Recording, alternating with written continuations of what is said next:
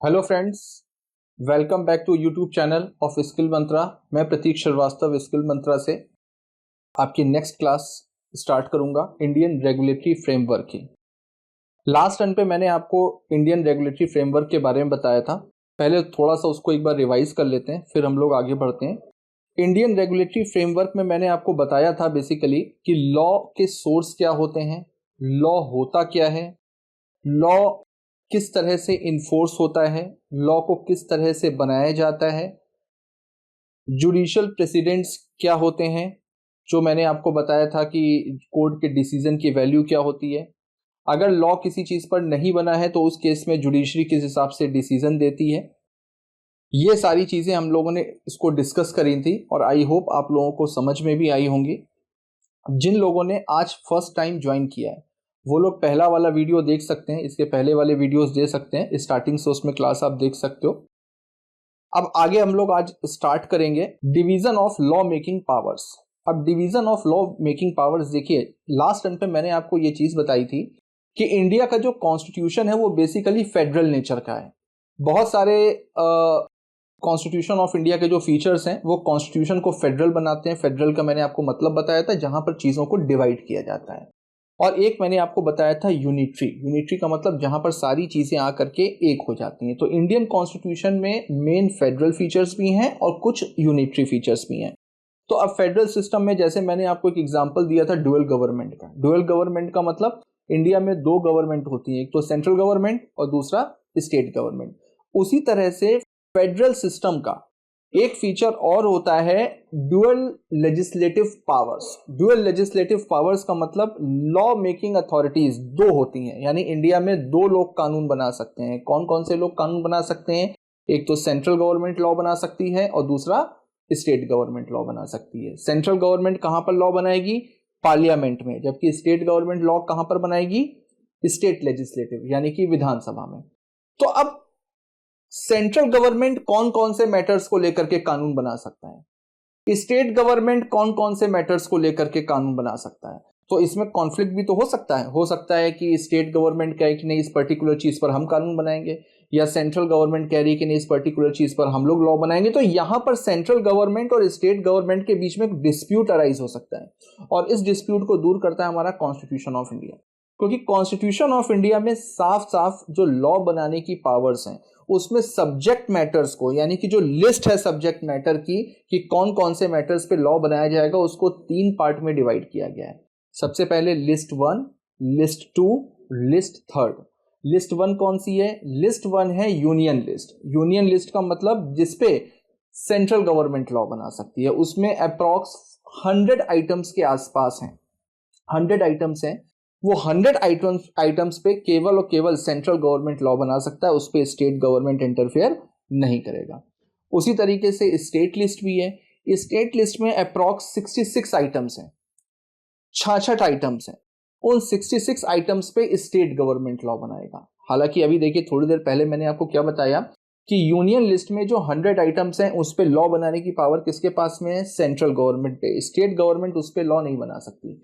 लेकिन हाँ, ये चीज जरूर है कि जो स्टेट गवर्नमेंट की जो लिस्ट है, लिस्ट टू, उसमें 66 आइटम्स हैं और उन आइटम्स पे कुछ सिचुएशंस ऐसी हो सकती हैं, कुछ सर्कमस्टेंसेस ऐसे हो सकते हैं जहां पर सेंट्रल गवर्नमेंट के पास में पावर है कि सेंट्रल गवर्नमेंट वहां पर लॉ बना सकता है। यानी सेंट्रल गवर्नमेंट अपनी जो लिस्ट है उस पर तो लॉ बना सकता है, कुछ स्पेशल सर्कमस्टेंसेस में स्टेट लिस्ट के जो 66 आइटम्स है उस पे भी सेंट्रल गवर्नमेंट लॉ बना सकती है। और तीसरी आती है कॉन्करेंट लिस्ट। कॉन्करेंट लिस्ट का मतलब जिसमें दोनों लोगों के पास में लॉ बनाने की पावर है, यानी सेंट्रल गवर्नमेंट भी लॉ बना सकती है और स्टेट गवर्नमेंट भी लॉ बना सकती है। इसमें ओवरऑल लगभग अप्रॉक्स 47 आइटम्स में, 100 आइटम्स किसमें है?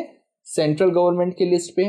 स्टेट गवर्नमेंट की लिस्ट पे 66 आइटम्स हैं और जो कॉन्करेंट लिस्ट है जिसपे दोनों लोग लॉ बना सकते हैं उस पे 47 आइटम्स हैं। तो एक बार देखते हैं, इसको थ्योरी पे आते हैं। देखिए, division of law making powers, 3 list in the constitution. Central list, matter of central government, example income tax. अब जैसे इनकम टैक्स है तो इनकम टैक्स पे लॉ बनाने की पावर किसके पास में है? सेंट्रल गवर्नमेंट के पास में। State list, matters of state government. तो जो स्टेट गवर्नमेंट के आइटम्स हैं उस पे वो उसको स्टेट लिस्ट में दिया गया। ये लगभग 66 आइटम्स हैं। इसमें एग्जाम्पल नहीं दिया हुआ है, मैं बता देता हूं। For example law and order, law and order जैसे पुलिस है, तो पुलिस के लिए रूल्स एंड रेगुलेशन कौन बनाता है? पुलिस किसके अंडर में काम करती है? स्टेट गवर्नमेंट के अंडर में काम करती है। तो इसी तरीके से लॉ एंड ऑर्डर की रिस्पॉन्सिबिलिटी स्टेट गवर्नमेंट की होती है। जैसे पॉल्यूशन हो गया, तो पॉल्यूशन पे rules and regulation state government निकाल सकती है। तो ये कुछ एक ऐसे सब्जेक्ट मैटर है जिसपे स्टेट गवर्नमेंट के पास में राइट है, कि स्टेट गवर्नमेंट के पास में पावर है कि वो लॉ बना सकता है। तीसरी आती है कॉन्करेंट लिस्ट। कॉन्करेंट लिस्ट देखिए, matters where both can legislate, जहां पर दोनों लोग लॉ बना सकते हैं, यानी सेंट्रल गवर्नमेंट भी लॉ बना सकती है और स्टेट गवर्नमेंट भी लॉ बना सकती है। For example stamp duty.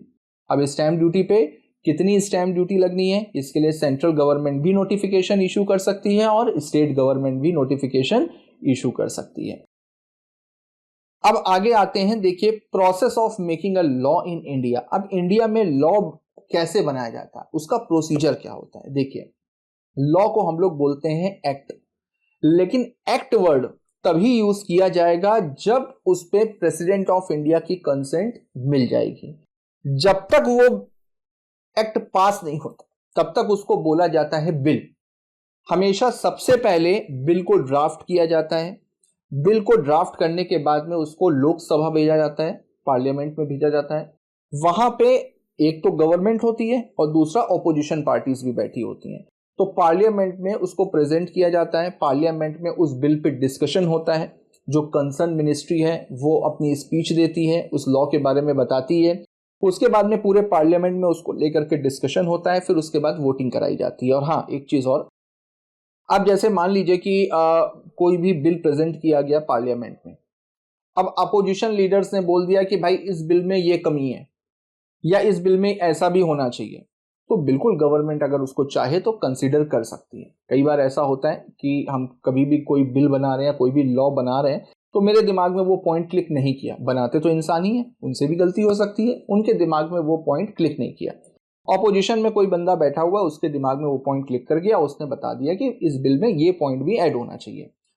Government को समझ में आया, कंसर्न मिनिस्ट्री को समझ में आया कि बात सही है, ये वाला पॉइंट भी इस बिल में होना चाहिए। तो वहां पर उस, अभी तो बिल ड्राफ्टेड है, अभी तो एक्ट तो बना नहीं है, तो फिर उसमें चेंज हो सकते हैं। तो उस तरीके से चेंज करने के बाद में वोटिंग होगी। वोटिंग करने के बाद में जब लोकसभा से पास हो जाएगा, उसके बाद में वो जाएगा राज्यसभा में। राज्यसभा को बोलते हैं काउंसिल ऑफ स्टेट। राज्यसभा में जाएगा। अब राज्यसभा में भी सेम वही चीज, डिस्कशन किया जाएगा। आफ्टर डिस्कशन उस पर वोटिंग होगी और अगर कुछ जरूरी चेंजेस हैं तो चेंजेस भी किए जा सकते हैं। उसके बाद में राज्यसभा में भी वोटिंग होगी और वोटिंग जब हो जाएगी उसके बाद में प्रेसिडेंट ऑफ इंडिया के पास में भेजा जाता है। जब प्रेसिडेंट ऑफ इंडिया के पास में बिल जाएगा और प्रेसिडेंट ऑफ इंडिया अपनी कंसेंट दे देंगे उस बिल पर, फिर उसके बाद में ऑफिशियल गैजेट में नोटिफिकेशन इशू किया जाएगा कि ये बिल इस तरीके से पास हो गया है, प्रेसिडेंट ऑफ इंडिया ने उस पर अपनी कंसेंट दी है। और जो ऑफिशियल गैजेट में नोटिफिकेशन आया है उसमें डेट लिखी होगी कि ये एक्ट कब से एप्लीकेबल होगा, इस एक्ट की इन्फोर्सिबिलिटी की डेट कौन सी होगी, और जो डेट ऑफिशियल गैजेट में मेंशन होगी ये माना जाएगा कि इसी डेट से ये लॉ एप्लीकेबल होगा। अब कभी कभी ऐसा भी होता है कि ऑफिशियल गैजेट का जो नोटिफिकेशन आया है उसमें कोई भी डेट मेंशन नहीं है। अब अगर उसमें कोई भी डेट मेंशन नहीं है तब फिर क्या करेंगे? तो अगर कोई भी डेट मेंशन नहीं है तो उस केस में जिस दिन प्रेसिडेंट ऑफ इंडिया ने अपनी कंसेंट दी है उसी दिन से मान लिया जाएगा कि ये लॉ पास हो गया, ये लॉ इनफोर्स हो गया। देखिए एक बार थ्योरी पे आते हैं। सबसे पहले है प्रपोजल स्टेज। प्रपोजल स्टेज में देखिए, a proposed law is introduced in parliament as a bill। जैसा कि मैंने आपको बताया, पार्लियामेंट दो हाउसेस हैं, लोकसभा और राज्यसभा।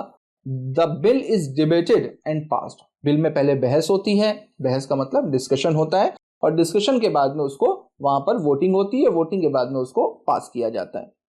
उसके बाद में Rajya Sabha. The bill is then debated and passed in the upper house. Upper house का मतलब राज्यसभा। लोकसभा से पास हो गया, उसके बाद में उसको राज्यसभा भेजा जाता है, राज्यसभा में उस पर डिबेट होती है, उसके बाद में वो राज्यसभा से भी पास होता है। उसके बाद में the bill is sent to the president of India for approval. उसके बाद में उसको प्रेसिडेंट ऑफ इंडिया के पास में भेजा जाता है। नोटिफिकेशन।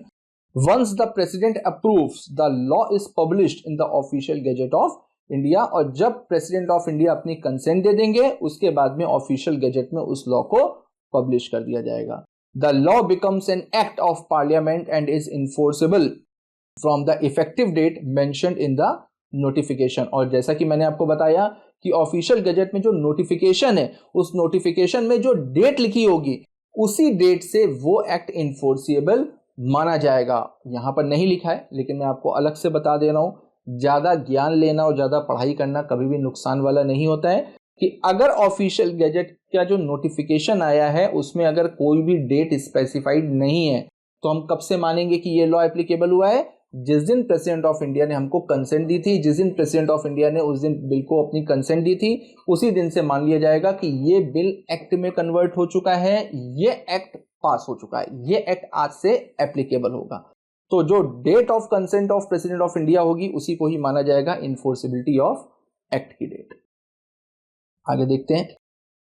अब देखिए जो इंडिया का लीगल सिस्टम है उसको कितने पार्ट में डिवाइड किया गया है। वैसे तो लॉ की बहुत सारी ब्रांचेस होती हैं, जैसे आपने सुना होगा सिविल लॉ होते हैं, क्रिमिनल लॉ होते हैं, प्रॉपर्टी लॉ होते हैं, रजिस्ट्रेशन लॉज होते हैं, टैक्स लॉज होते हैं, बिजनेस लॉज होते हैं, कॉर्पोरेट लॉज होते हैं, बहुत तरीके की ब्रांचेस होती हैं। लेकिन जो मेन ब्रांचेस होती हैं वो दो होती हैं, एक सिविल और एक क्रिमिनल, और एक और कॉमन लॉ। तो आज इसके बारे में देखिए। The laws in Indian legal system could be broadly classified as follows: criminal law, civil law, common law and principle of natural justice। इन सब के बारे में हम लोग डिटेल में डिस्कस करेंगे। सबसे पहले क्रिमिनल लॉ। क्रिमिनल लॉ देखिए क्या होता है। जैसे इंडिया में आप सबको पता होगा, आप फिल्मों में देखते होंगे, टीवी सीरियल्स में देखते होंगे, इंडियन पीनल कोड आईपीसी के सेक्शन 302 के तहत फांसी दी जाती है, लाइफ इम्प्रिजनमेंट दी जाती है। तो ये इंडिया में जो क्रिमिनल लॉज हैं वो दो तरह के हैं, एक है इंडियन पीनल कोड और एक है criminal procedure code.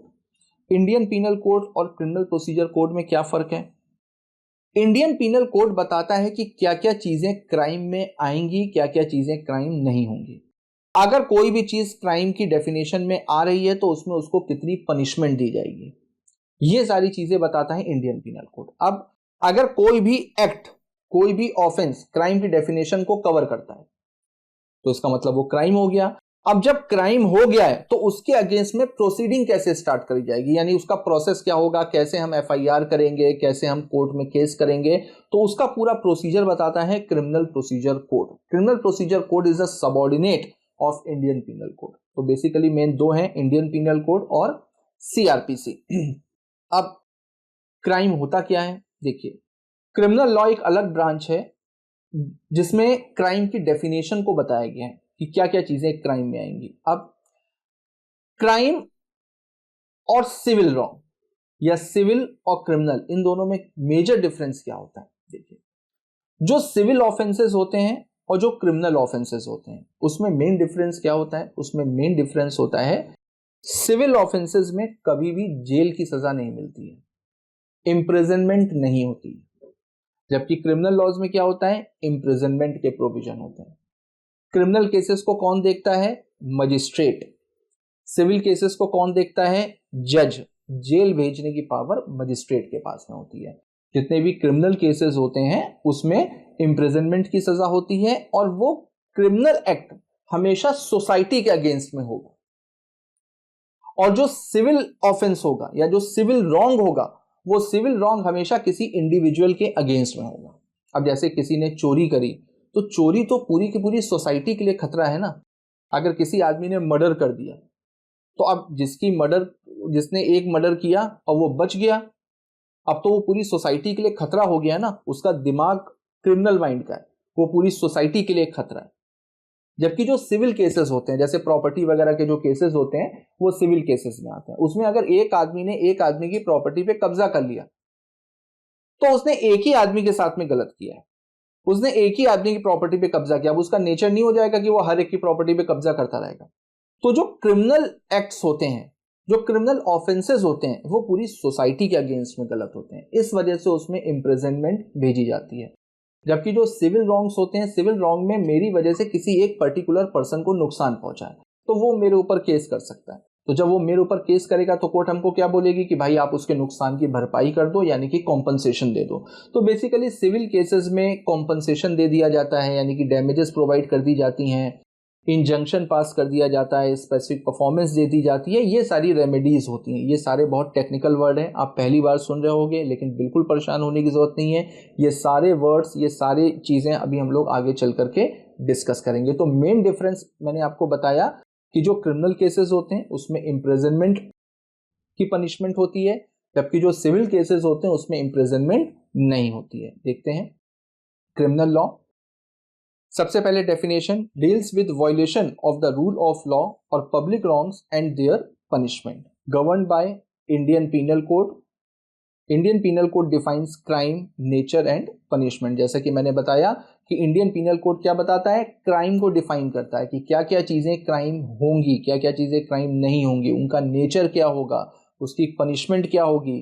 Criminal procedure code में देखिए क्या बताता है, code of criminal procedure 1973 outlines procedure for punishment execution. अब अगर किसी के साथ में कुछ गलत हुआ है, कोई क्राइम हुआ है, तो वो कैसे आगे बढ़ेगा, कैसे उसको प्रोसीडिंग उसको कैसे करनी है, ये बताता है आपका सीआरपीसी। एग्जांपल्स कुछ दिए हुए हैं क्रिमिनल ऑफेंसेस के, murder, rape, theft, fraud, cheating, assault. तो ये सारी चीजें आपकी होती हैं क्रिमिनल केसेस में। सिविल लॉ में आते हैं। सबसे पहले definition, civil law addresses dispute between individuals और ऑर्गेनाइजेशन। जैसा कि मैंने बताया कि जो सिविल केसेस होते हैं, सिविल केसेस बेसिकली क्या होते हैं, वो डिस्प्यूट होते हैं बिटवीन इंडिविजुअल्स, कुछ लोगों का आपस में डिस्प्यूट हो गया। क्रिमिनल हमेशा सोसाइटी के अगेंस्ट में होगा, सिविल हमेशा इंडिविजुअल के अगेंस्ट में होगा। Focus dispute resolution rather than punishment. Civil cases में मेन फोकस क्या होता है, पनिशमेंट पे नहीं होता है। क्रिमिनल केसेस में क्या होगा, मेन फोकस पनिशमेंट पे होगा। सिविल केसेस में ज्यादा प्रायोरिटी दी जाती है कि दो लोगों के बीच में जो डिस्प्यूट है उसको किसी तरीके से रिजॉल्व किया जाए, उसको किसी तरीके से खत्म किया जाए, उस पर पनिशमेंट इंपॉर्टेंट नहीं है। अब सिविल लॉ को गवर्न कौन करता है, सिविल लॉ को गवर्न करता है civil procedure code 1908, code of civil procedure 1908। अब देखिए सब कैटेगरीज इसकी हैं सिविल लॉ की। जैसे मैंने आपको बताया, law of contract business law का पार्ट है, family law, property law, law of tort, ये सारे के सारे आते हैं आपके सिविल लॉ में। कुछ एग्जांपल्स भी दिए हुए हैं सिविल ऑफेंसेस के, breach of contract, non delivery of goods, non payment of dues, defamation, landlord tenant dispute, ये सारे के सारे मैटर्स आते हैं सिविल केसेस में। हालांकि डिफेमेशन यहां पर दिया हुआ है, डिफेमेशन आपका सिविल में भी आता है, क्रिमिनल में भी आता है। इंडियन पीनल कोड में भी डिफेमेशन को लेकर के बोला गया। डिफेमेशन का मतलब क्या होता है, डिफेमेशन का मतलब होता है मानहानि। मानहानि का मतलब किसी की रेपुटेशन को नुकसान पहुंचाना। आपके पास में कोई एविडेंस नहीं है, कोई सबूत नहीं है, लेकिन उसके बावजूद आप पब्लिकली किसी का नाम खराब कर रहे हैं, किसी की रेपुटेशन को नुकसान पहुंचा रहे हैं, उसको बोला जाता है डिफेमेशन। तो इसमें जिसकी गुडविल को या जिसकी रेपुटेशन को नुकसान पहुंचा है, उसके पास में दो ऑप्शन है। वो चाहे तो सामने वाले के ऊपर सिविल केस भी फाइल कर सकता है, सिविल केस में उसको कॉम्पनसेशन मिलेगा, या अगर वो चाहे तो क्रिमिनल केस भी फाइल कर सकता है अंडर इंडियन पीनल कोड, क्योंकि डिफेमेशन दोनों का ही पार्ट माना जाता है, सिविल का भी और क्रिमिनल का भी। चलिए आज की क्लास में हम लोग इतना ही रखते हैं। एक बार फिर से मैं आपको रिमाइंड करा रहा हूं कि स्किल मंत्रा के चैनल को सब्सक्राइब करिए। आगे डेली क्लासेस की वीडियोस अपलोड होंगी, डेली ऐसे इंफॉर्मेटिव वीडियोस हम लोग अपलोड करेंगे। तो अपडेट रहने के लिए स्किल मंत्रा के वीडियो चैनल को सब्सक्राइब करिए। Thank you, all the best.